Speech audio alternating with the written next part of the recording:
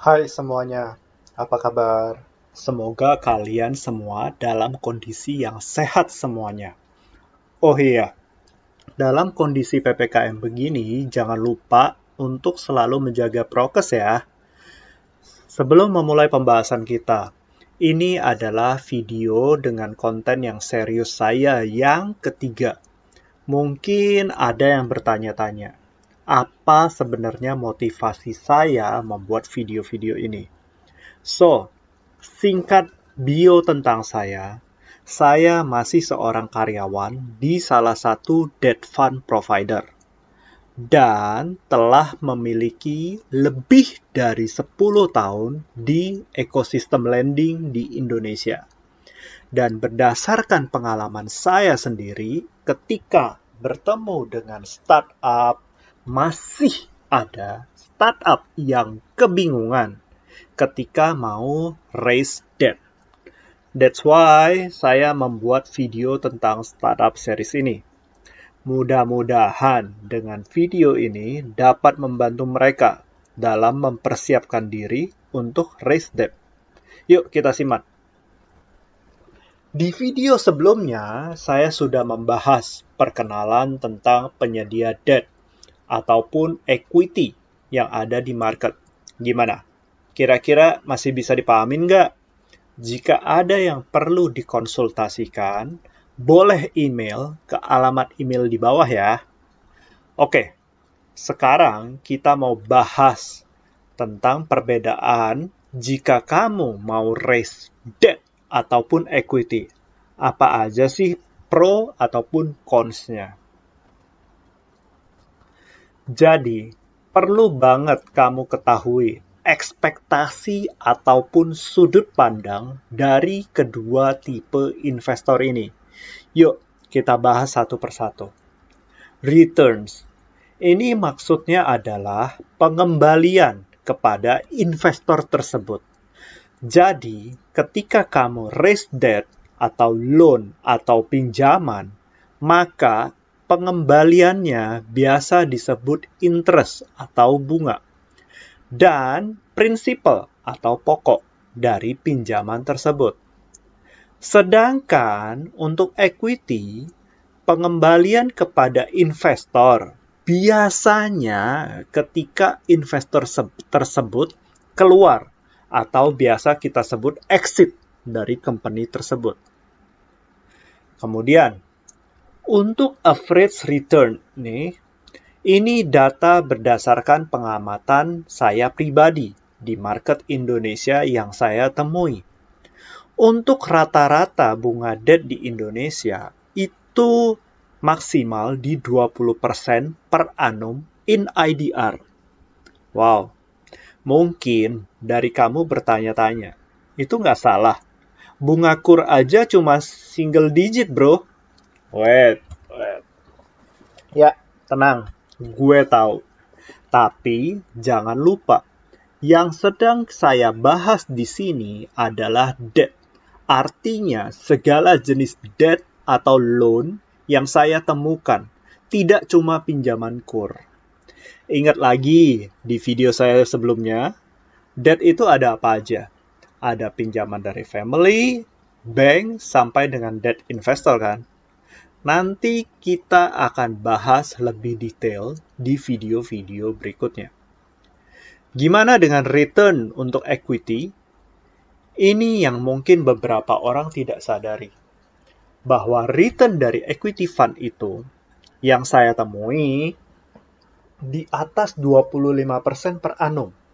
Bahkan jika kamu di early stage sekali, return-nya bisa lebih tinggi lagi. So, yang mau saya sampaikan bahwa equity itu dana mahal.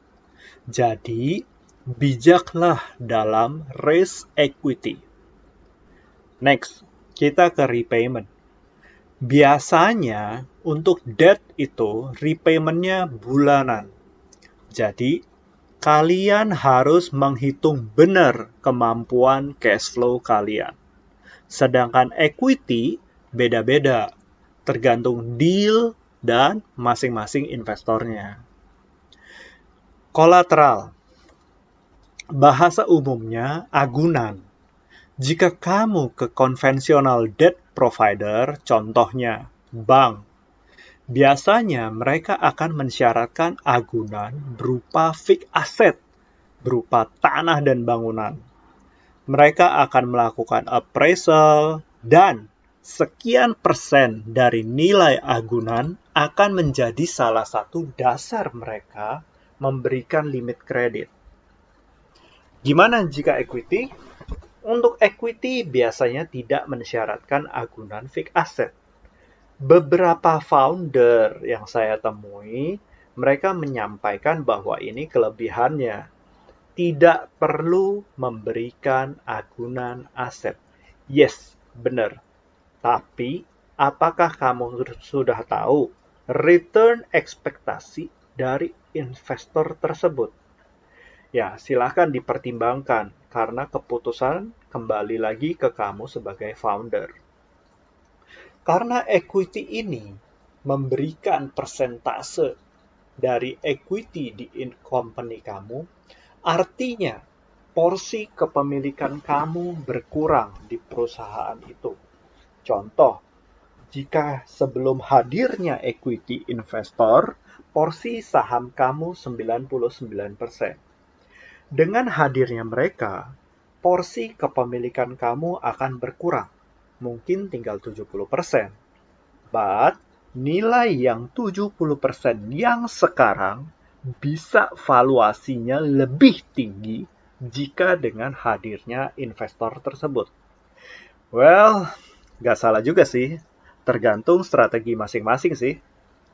Now, controlling power. Ini maksudnya hak vote dalam menentukan strategi di perusahaan kamu. Biasanya, untuk debt investor tidak meminta hak vote tersebut. But, untuk equity, karena mereka memiliki porsi kepemilikan saham, tentunya mereka akan meminta hak vote di perusahaan kamu. Benefit lain dari investor ini adalah expertise offering. Mereka menawarkan apa lagi selain dana? Apakah ada benefit lain seperti network, support program, atau technical assistance? Ini juga harus dipertimbangkan. Untuk konvensional lender, contohnya bank, biasanya hanya menawarkan dana. Tapi ada juga loh debt fund yang menawarkan ekspertisnya. Entah itu network, financial advice, support, dan asisten lainnya. Biasanya untuk debt fund seperti ini, kalian harus cari ke debt investor. Gimana dengan equity? Yes, biasanya mereka akan incas untuk kerja bareng kamu. Dan ada pula yang sampai menaruh orang kepercayaannya dari investor tersebut di board of management kamu. So, yang mau saya sampaikan di sini, kedua jenis fund ada plus dan minusnya. Pilihlah fund yang memang sesuai dengan stage dan strategi kamu. Cari yang balance agar cost of fund kamu optimal.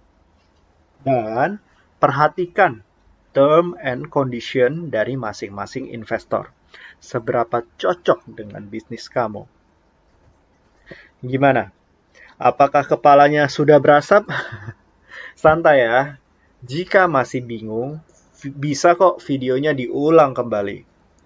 Nah, itu dulu video kali ini. Nantikan video selanjutnya. Jangan lupa subscribe ya. Bye-bye.